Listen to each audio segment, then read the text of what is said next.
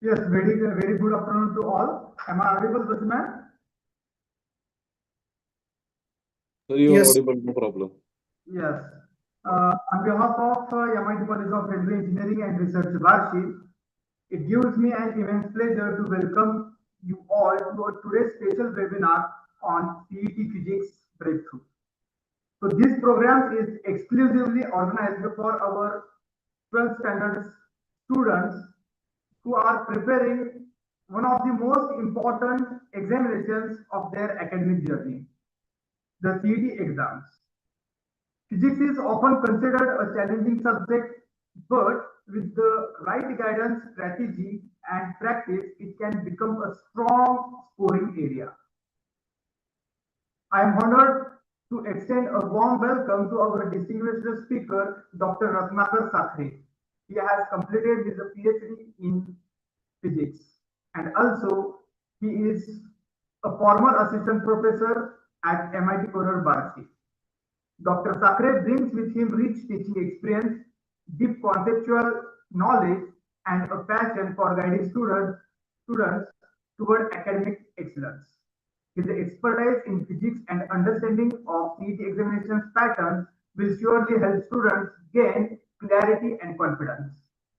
I sincerely thank Dr. Ratnakar Sakre for his time to guide our students.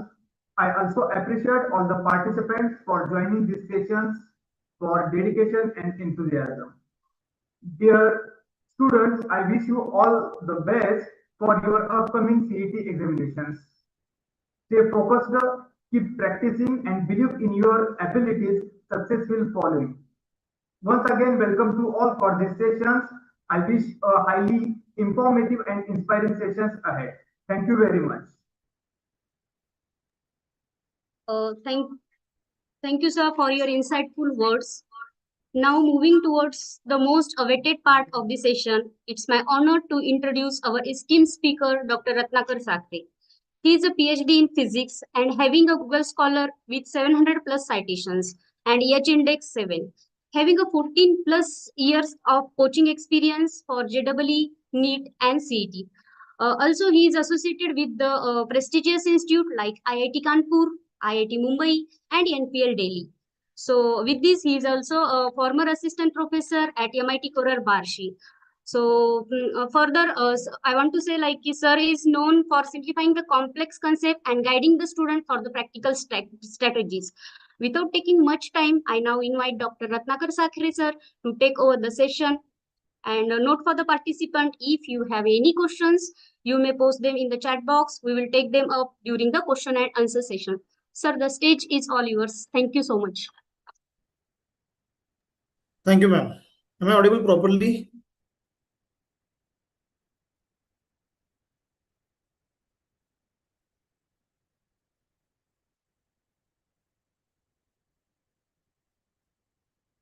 Am I audible? Yes, sir, you are audible, sir. Okay. So I think my screen is too visible. Okay. Yes. All right then. Thank you so much for inviting me for this particular webinar, that is CET Physics Breakthrough. माझ्या इन्स्टिट्यूटसाठी मला काम करायला नक्कीच आवडेल आणि आजचा जो webinar आहे आपला CET फिजिक्स ब्रेकथ्रू, हा वेबिनार आपण आपले 12वीचे जे स्टुडंट्स आहेत, जे विद्यार्थी आता येणाऱ्या काळात CETला फेस करणार आहेत, त्या विद्यार्थ्यांसाठी आपण हा ऑर्गनाइज केलेला आहे.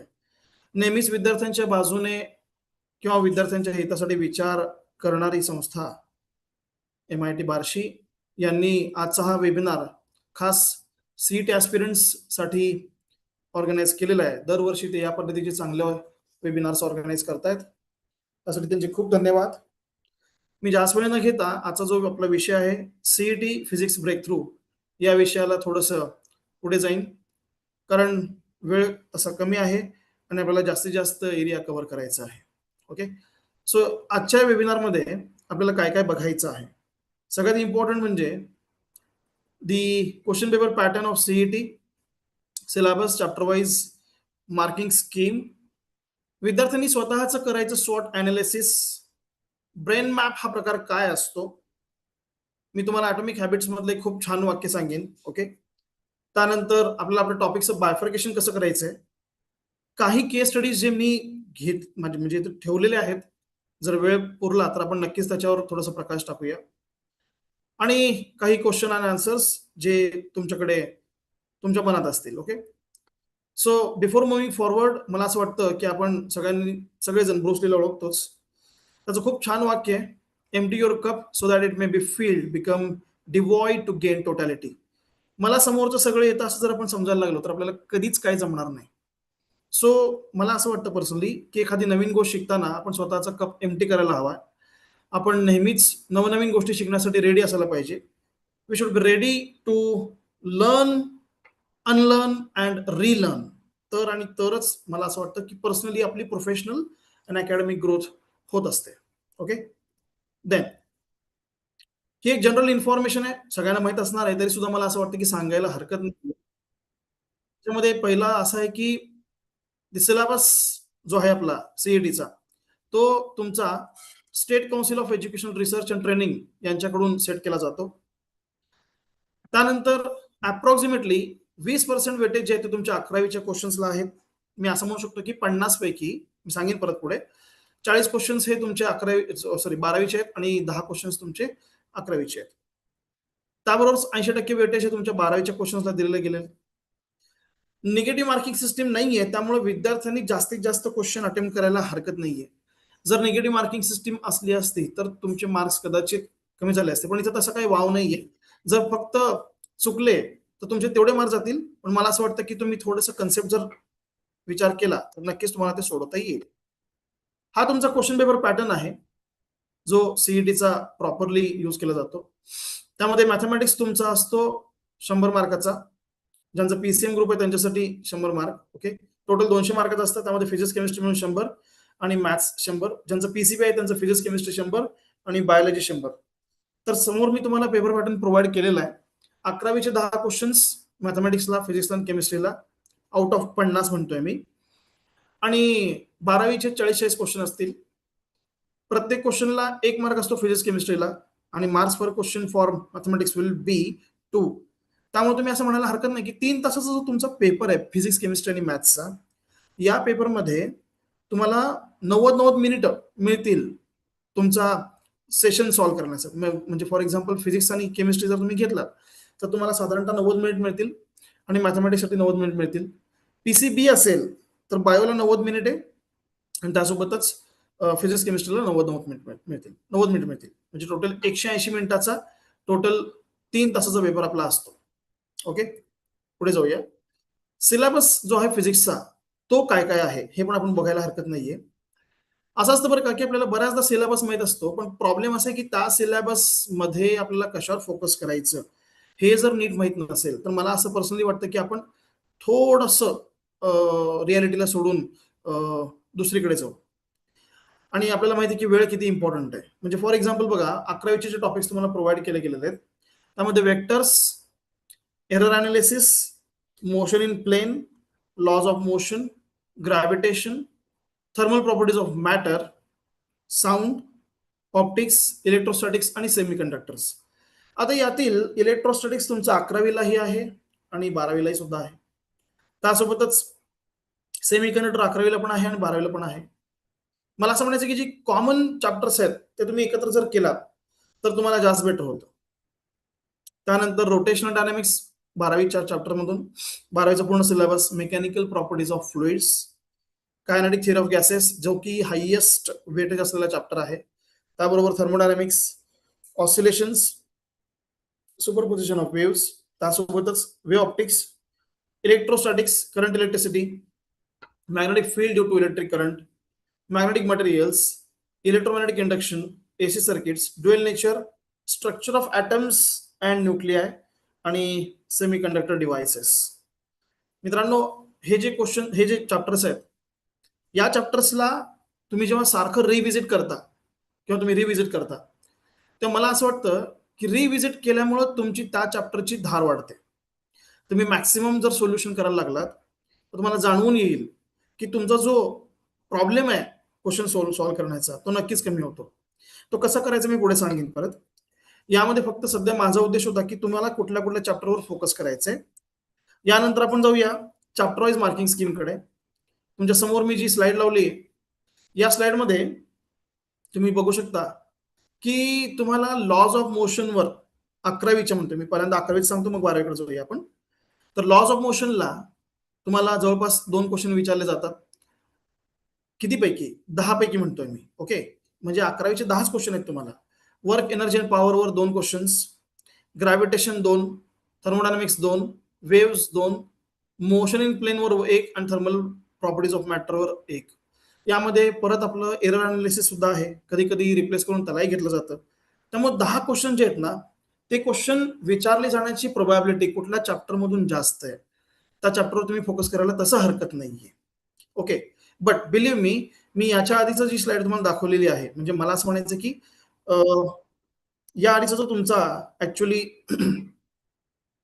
ही जी स्लाइड होती, या स्लाइड मध्ये मी जे चॅप्टर्स तुम्हाला प्रोव्हाइड केलेले आहेत, हे चॅप्टर्स तुम्ही जर नीट केला तरी कुठल्याही चॅप्टरचे कितीही क्वेश्चन्स येऊ देत, तुम्हाला अडचण येणार नाही असं मला वाटतं personally. Okay, so in that way we will move forward. सगळ्याचे सगळे चॅप्टर्स 12वीचे आणि 11वीचे काही सिलेक्टेड चॅप्टर्स आपल्याला करायचे. यामध्ये आपण जर नीट विचार केला तर 12वीचा जो तुमचा सिलेबस आहे हा रिसेंटली कव्हर झालेला आहे, त्यामुळे तुमचे मॅक्सिमम मार्क्स तिथून येण्याचे चान्सेस आहेत. ओके, 12वीचे चॅप्टर्स तुम्ही बघू शकताय समोर तुमच्या आहेत. इथं जे चॅप्टर लिस्टेड आहेत, प्लीज डोंट फील की इथं जे चॅप्टर नाही आहेत अदर दॅन धीस, त्या चॅप्टरला तेवढं काही महत्व नाहीये. मी आत्ताच बोललोय की तुम्हाला मी जे सिलेबस सांगितलंय त्या सिलेबस मधल्या प्रत्येक चॅप्टरला जर तुम्ही हात घातलात तर कुठल्याही चॅप्टरवर क्वेश्चन्स कमी जास्त होते, तुम्हाला काही फरक पडणार नाहीये. आणि नो डाऊट हा जो पॅटर्न आहे, हा पॅटर्न बऱ्यापैकी फिक्स आहे. स्टील आपण थोडंसं सेफर साईडला जर राहिलो आणि आपण करताना व्यवस्थित सगळं अभ्यास करून गेलो या अवेलेबल चॅप्टर्सचा, तर अडचण येणार नाही.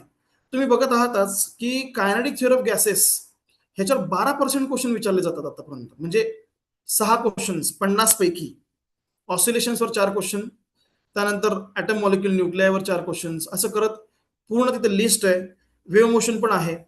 आणि तुम्ही ऑब्झर्व केला असाल की इलेक्ट्रोस्टॅटिक्स, त्यासोबतच करंट इलेक्ट्रिसिटी आणि magnetic effect of electric current, हे क्वेश्चन सुद्धा किंवा हे चॅप्टर सुद्धा तुम्हाला करावेच लागणार आहेत.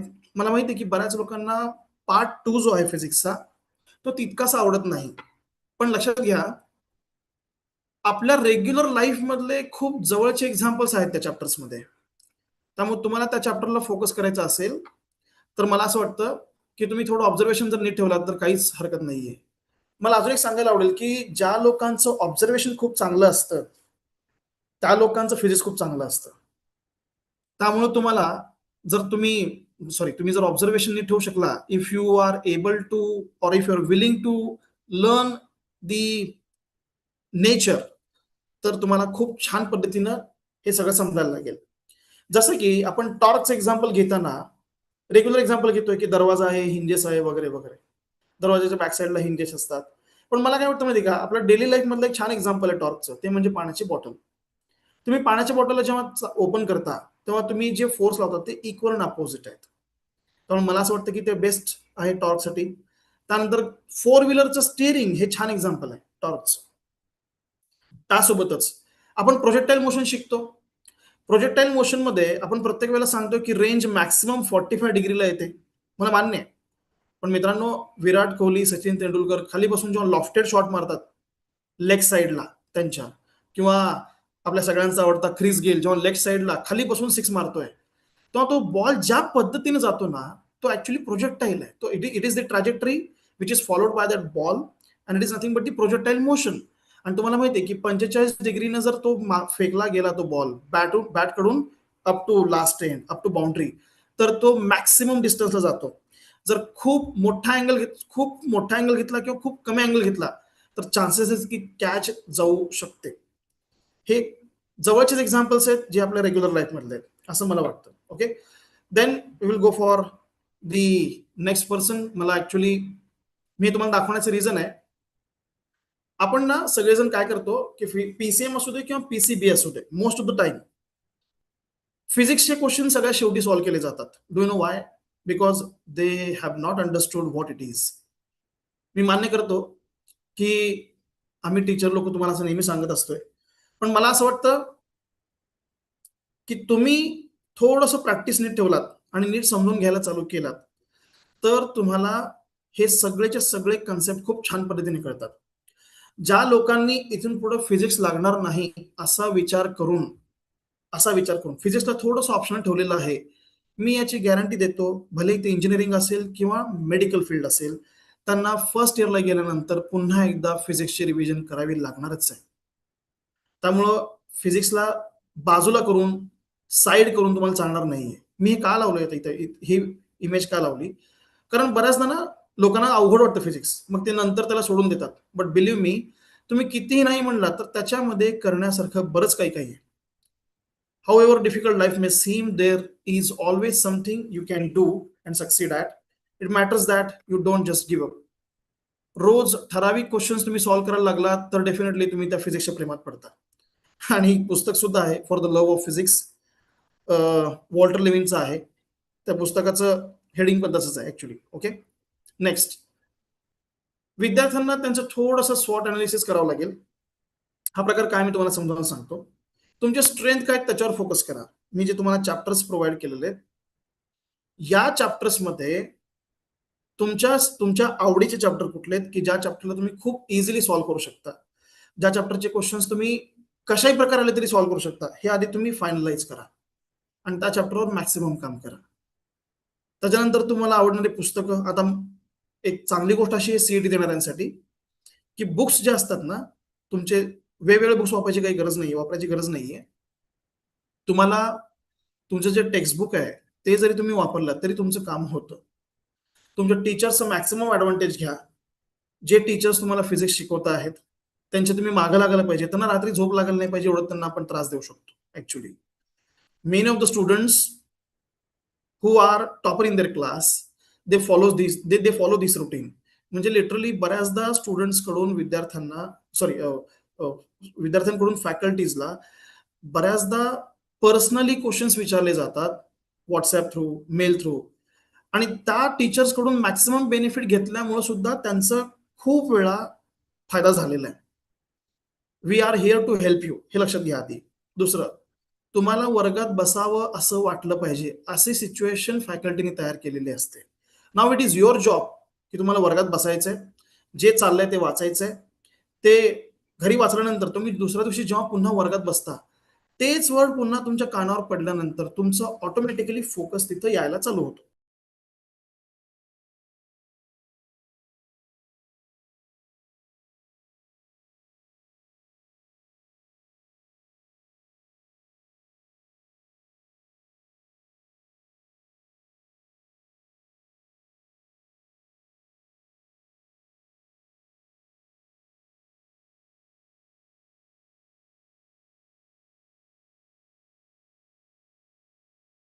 Hello.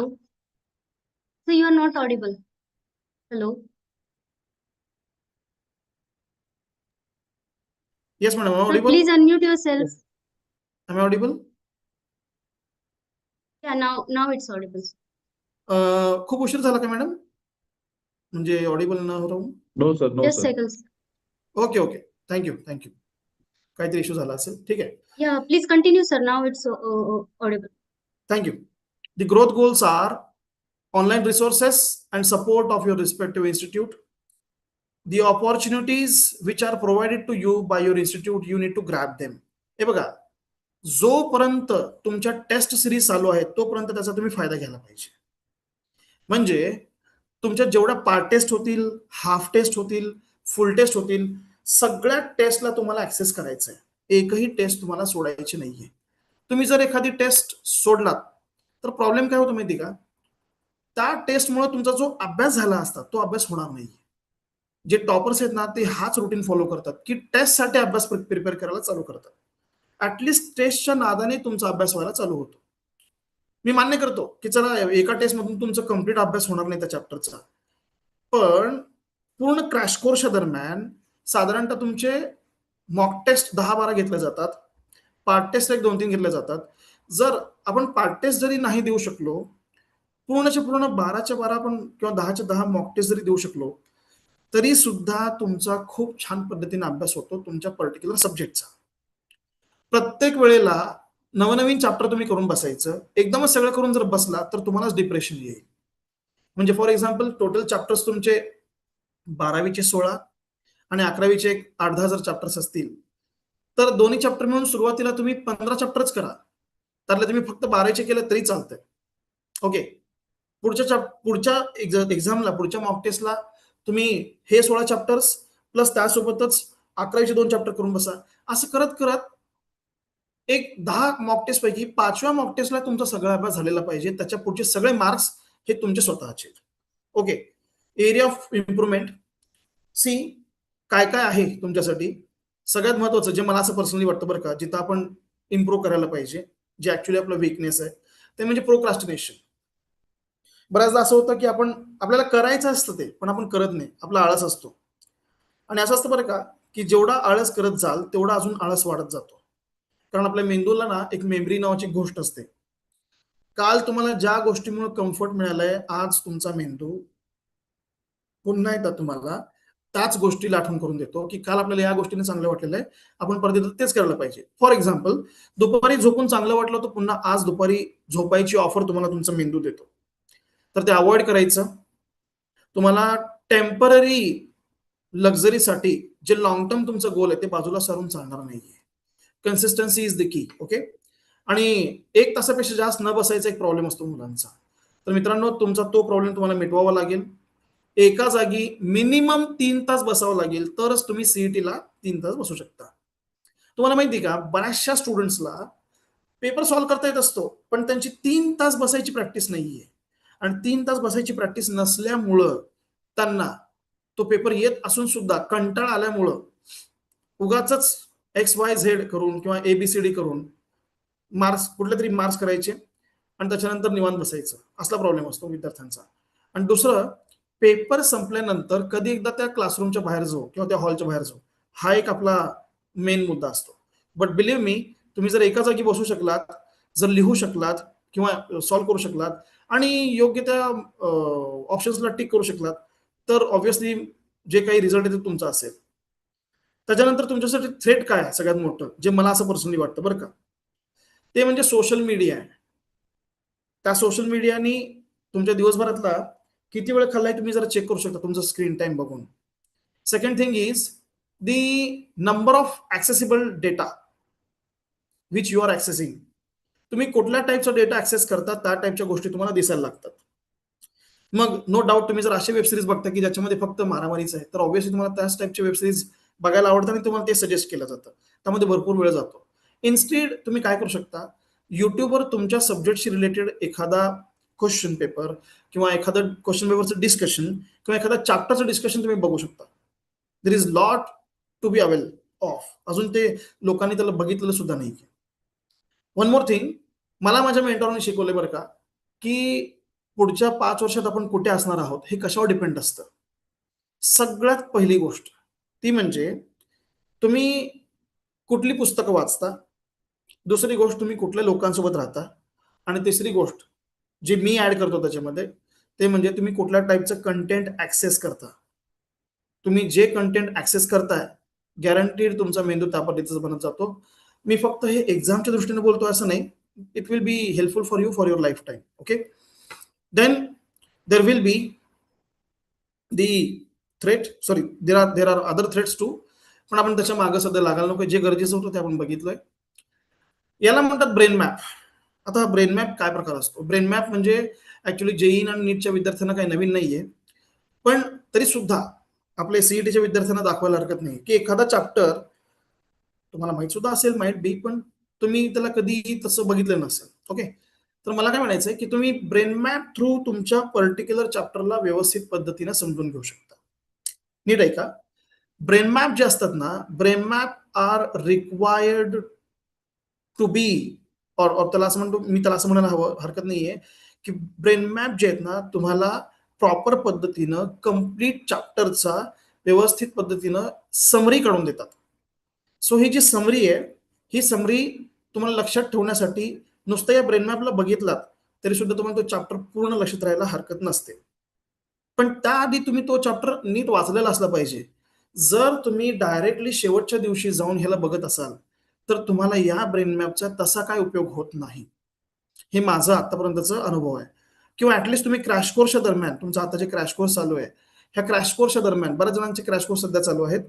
त्या कोर्सच्या दरम्यान तुम्ही डेली जर अभ्यास करत असाल, तर तुम्हाला ह्याचा नक्कीच फायदा होतो. ओके, असे भरपूर ब्रेन मॅप मिळतात तुम्हाला, प्रत्येक चॅप्टरचे मिळतात. मी शक्यतो शेवटचे जे 4-5 दिवस असतात क्रॅश कोर्सचे, ते याच्यामध्येच घालवतो. मला हे कळतं की विद्यार्थ्यांना गेल्या 1.5 महिन्यात काय कळालंय.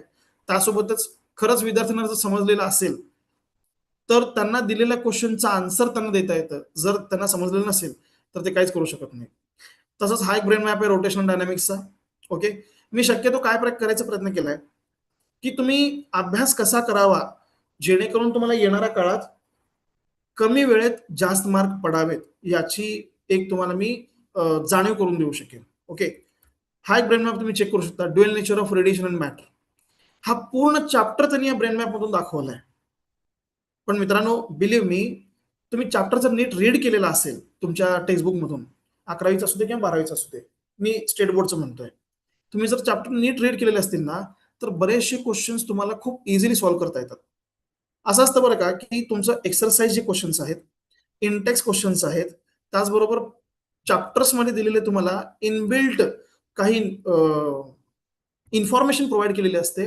या सगळ्यांना तुम्ही जर नीट मगअप करू शकला, तर मला असं वाटतं की तुम्हाला त्या पर्टिक्युलर चॅप्टरला लक्षात ठेवायला कसली अडचण येणार नाही. Okay, yes.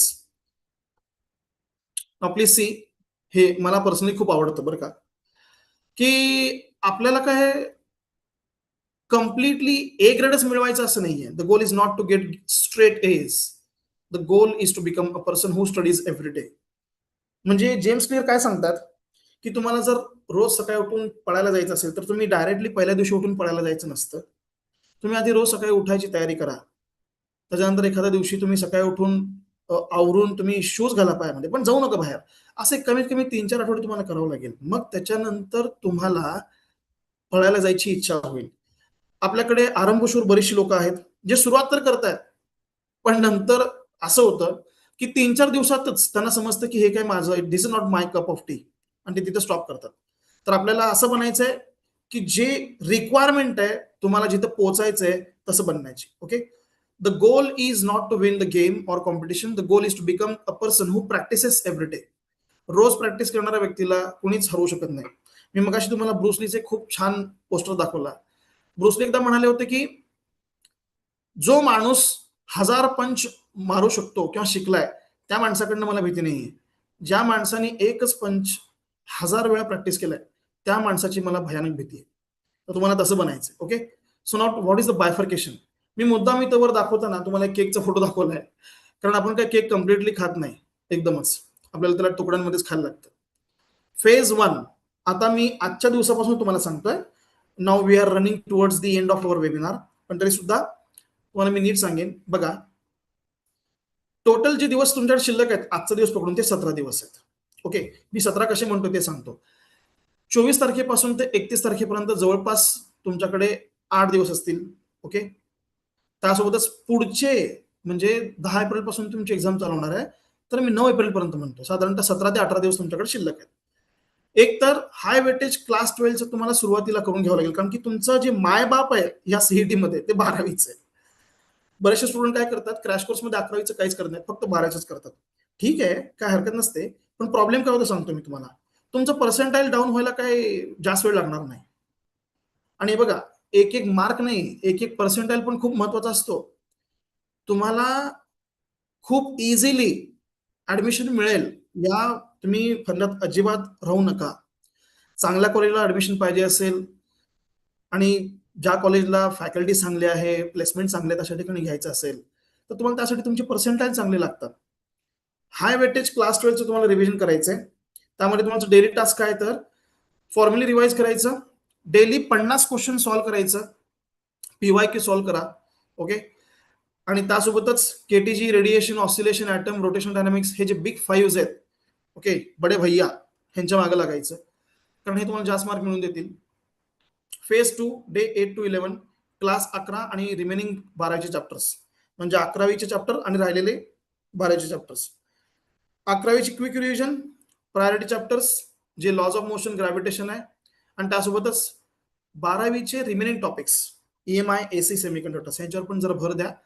काय असतं की आपला एक चुकीचा टिक मार्क, मी असं नेहमी चेष्टेत म्हणतो बरं का विद्यार्थ्यांना, तुम्हाला सांगायला हरकत नाही की तुमचा एक चुकीचा टिक मार्क तुम्हाला IIT कडून ITI ला घेऊन येऊ शकतो. एक आयचा फरक आहे फक्त, पण खूप मोठा लॉस होईल तुमचा. ITI पण ऍक्च्युली खूप चांगलं आहे बरं का, पण तिथं जाण्यासाठी जी मेहनत करावी लागते, मेहनत म्हणजे तिथं गेल्यानंतर जी मेहनत करावी लागते, ती मेहनत करायची तुमची तयारी पाहिजे. World is yours then. Okay, then phase 3 mock test marathon. रोज एक मॉक टेस्ट घ्यायची अल्टरनेट डे पर्यंत. ओके, आणि ते पण 90 मिनिटाची फिजिक्स आणि केमिस्ट्रीसाठी. तुम्ही मॅथ्सची सुद्धा लावू शकता. हे 12 ते 15 जे म्हणले ना, 12, 13, 14, 15 टोटल 4 दिवस आहे. ऍक्च्युली मी लिहिताना अल्टरनेट डे लिहिले बरं का, पण तुम्ही हरकत नाहीये. Okay, now after that the phase 4 days 16 to 17, that is last days, final formula recap. तुमचे फॉर्म्युला जे आहेत त्या फॉर्म्युलाच्या शीटला तुम्हाला रिवाइज करावं लागेल. सिली मिस्टेक्सला अवॉइड करायचं. आता माझ्याकडे जे विद्यार्थी आहेत नीटचे, त्यांना मी नेहमी सांगत असतो की तुम्हाला GMC ला ऍडमिशन मिळणं खूप इम्पॉर्टंट आहे. ऍक्च्युली तुम्ही if you are aiming for AIIMS, okay, आणि जर तुम्ही तिथं ना तुमचा नंबर न लागता GMC ला लागला तरी इट्स ओके, पण तुमचा number private medical engineering college, private medical कॉलेजेसला लागतोय किंवा तुम्हाला तिथे ऍडमिशन घ्यावं लागत असेल, ते सगळ्यात शेवटची स्टेप तुमची असायला पाहिजे ऍक्च्युली.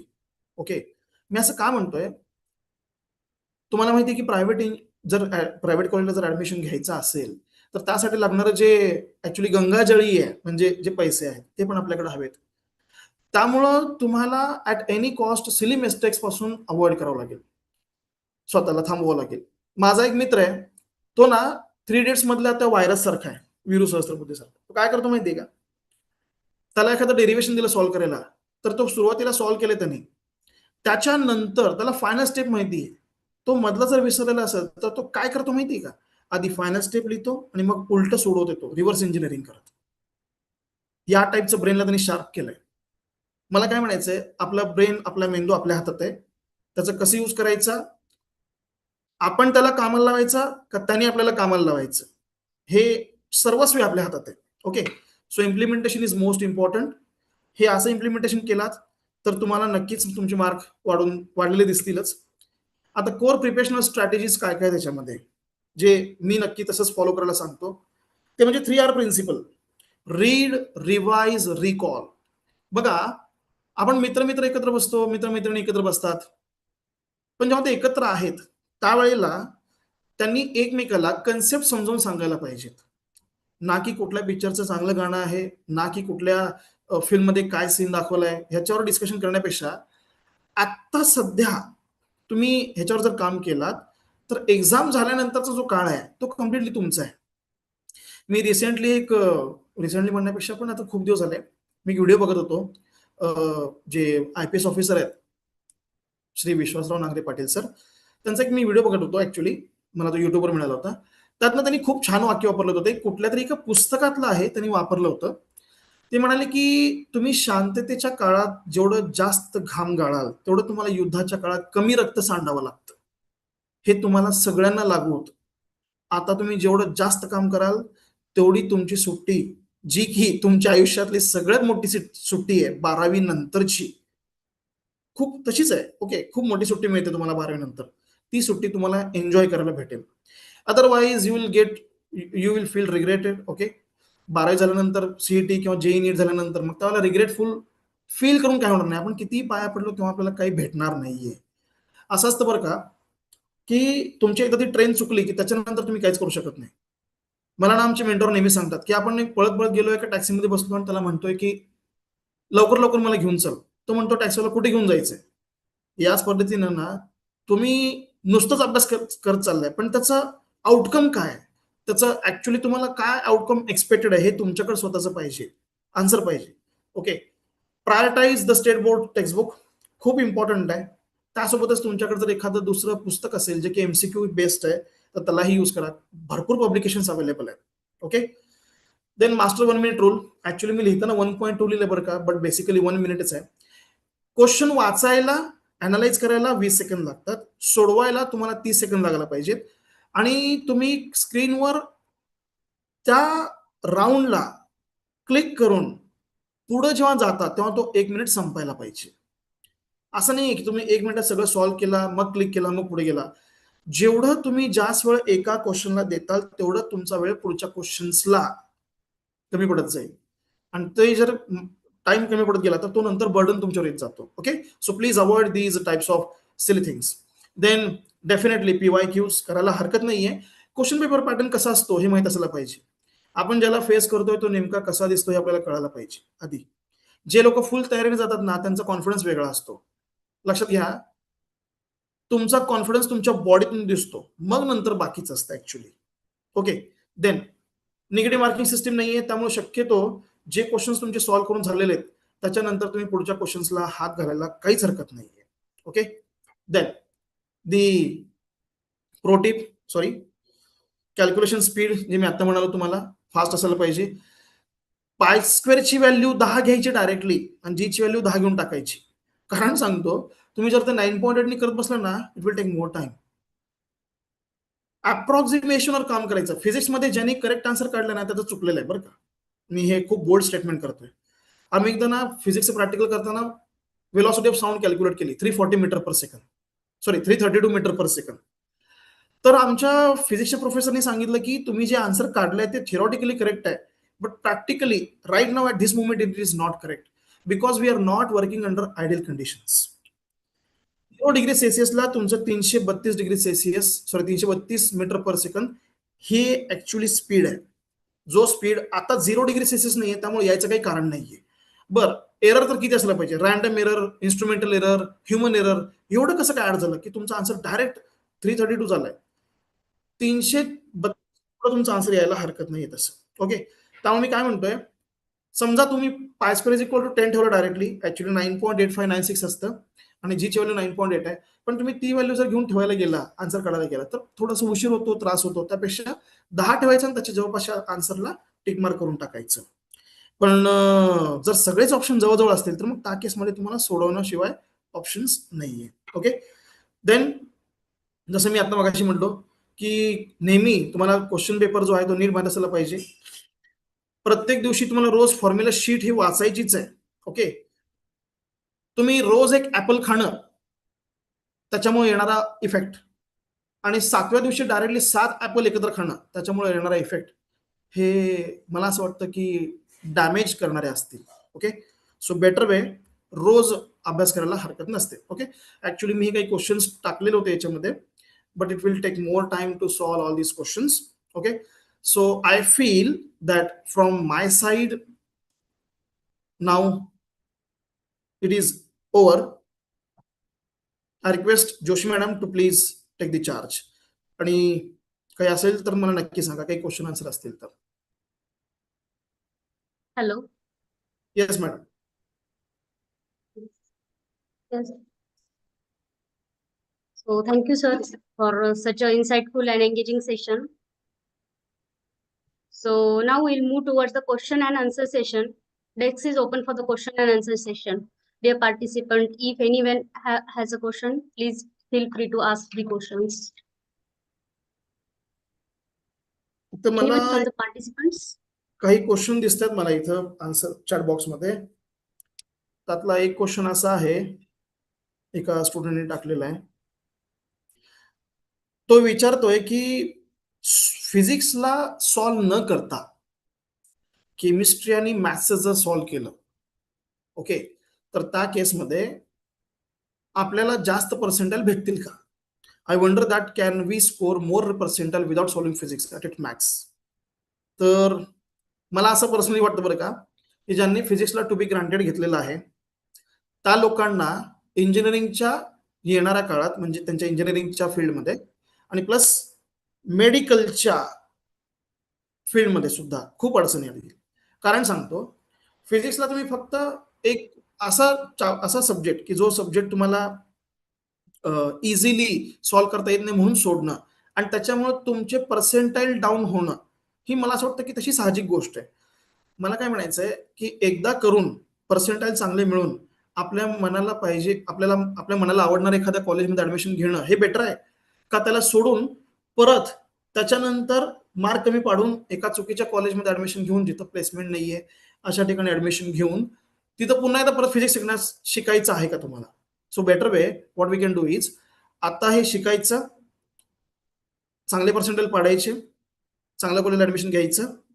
तिथं तुम्हाला परत जर फिजिक्स येणारच आहे नो डाऊट, फर्स्ट इयरला येतच. कारण मी सांगतो मेडिकलच्या विद्यार्थ्यांना रेडिओलॉजिस्ट ही जी टर्म आहे, हे जे स्पेशलायझेशन आहे, तिथं त्या विद्यार्थ्यांना सगळं काही एसी डीसी सगळं शिकावं लागतं, लेझर शिकावं लागतं, एक्सरे शिकायला लागतं, MRI सिटी स्कॅन, त्याच्यानंतर x-ray, Doppler, these all are physics inventions which are given to the medical field for the betterment of the mankind.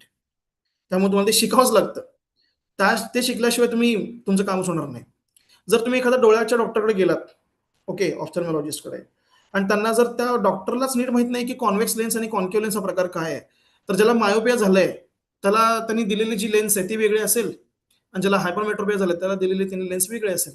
आता ज्याचा नंबर पॉझिटिव्ह आहे तिथं कॉन्व्हेक्स लेन्स आहे, ज्याचा नंबर निगेटिव्ह आहे तिथं कॉन्केव्ह लेन्स आहे. हे फिजिक्सच आहे ऍक्च्युली. सो मला असं वाटतं की फिजिक्स सॉल्व्ह करायचं, मॅक्सिमम मार्क मिळवायचे आणि पुढे जायचं. त्यानंतर अजून एक क्वेश्चन इथं मला दिसतोय, तोच मी आता ऍक्च्युली उत्तर दिलं त्याचंही. As a biology student, how beneficial physics is for NEET? Definitely without physics you won't be able to excel in medical field. कारण तुम्हाला पेशंटला अनेस्थेशिया किती द्यायचंय हे समजण्यासाठी सुद्धा, त्या पेशंटची जी फिजिकल कंडिशन आहे ती चेक करण्यासाठी, ब्लड प्रेशर चेक करण्यासाठी तिथं जे तुमच्या समोर जे मर्क्युरी बॅरोमीटर ठेवलेलं आहे त्याचा यूज करायला लागतोच. ओके, सो इम्पॉर्टंट आहे. फिजिक्स शिकल्याशिवाय तुम्हाला मेडिकल फील्डमध्ये सुद्धा खूप अडचणी येतील तसे. Then there is one more question, how to mug up the फॉर्म्युलीला मगअप करायचं असेल तर बेस्ट ऑप्शन आहे जे मी मगाशी ऍक्च्युली दाखवलं होतं तुम्हाला, ते म्हणजे जे लोक दररोज क्वेश्चन सॉल्व्ह करतायत, दररोज कमीत कमी 50 क्वेश्चन सॉल्व्ह करतायत, त्या विद्यार्थ्यांना फॉर्म्युली मगअप करायची गरज पडत नाही. त्यांना ते इंट्युशन येतं. त्यांना ते इंट्युशन म्हणण्यापेक्षा मी म्हणेन की त्यांना हे जजमेंट येतं की कुठल्या फॉर्म्युल्याला कुठे यूज करायचं. आपल्या घराजवळ गाडी कशी वळवायची किंवा एखाद्या रोडवर गाडी कशी वळवायची म्हणजे आपला ऍक्सिडेंट होणार नाही, हे आपल्याला कशामुळे समजतं, तर आपण तिथे सारखं गाडी चालवलोय, तिथे खड्डे कुठे ते आपल्याला माहिती आहे. त्या पद्धतीनेच तुम्ही सारखं जर प्रॉब्लेमला सॉल्व्ह केलात, त्यांना फेस केलात, न्यूमरिकल्स भरपूर सॉल्व्ह केलात आणि तुम्ही ह्याच्यामध्ये जर मजा घेतली तर मला असं पर्सनली वाटतं, you will never hate it. Okay, and definitely तुम्हाला क्वेश्चन चांगले सॉल्व्ह करता येत असल्यामुळे तुमचं कॉन्फिडन्स लेवल बूस्टअप होतो. नीटच्या लोकांना बायोलॉजी आवडण्याचं कारण आहे थिअरॉटिकल आहे. मॅथ्सच्या लोकांना म्हणजे जेईच्या लोकांना मॅथ्स आवडतं. ज्यांना मॅथ्स आवडतं त्यांना फिजिक्सला काहीच प्रॉब्लेम येत नाही. बायोलॉजीचे विद्यार्थी शक्यतो लांब राहतात फिजिक्स पासून, पण फिजिक्स तुम्ही करत राहा. मी याची गॅरंटी देतो की तुमचं ऑब्झर्वेशन नक्की सुधारेल. I don't find any new question here. Over to you ma'am. Thank you, sir. Is there any more question from the participant? I think there is no more questions. So as we move to the end of this session, I would like to express my sincere gratitude to our esteemed speaker, Dr. Ratnakar Sakre sir, for delivering such as insightful and inspiring session. Your session is valuable. Your valuable guidance and strategy will really help to our students and to gain the clarity and confidence in CET physics. Thank you so much, sir. With this, I also want to thank Dr. Sanjay Mane for his inspiring word. And last but not least, I want to thank to all the participants for joining and making this session successful. Thank you so much all. Have a great day ahead. Thank you. आता मी जी I शेवटची will slide declare लावलेली the आहे end of this session. ती तीच आहे की actually stop managing your time and start managing your focus. फोकसला manage करा, टाइम बरोबर मॅनेज होतो. Thank you. Thanks a lot. Thank you so much, sir.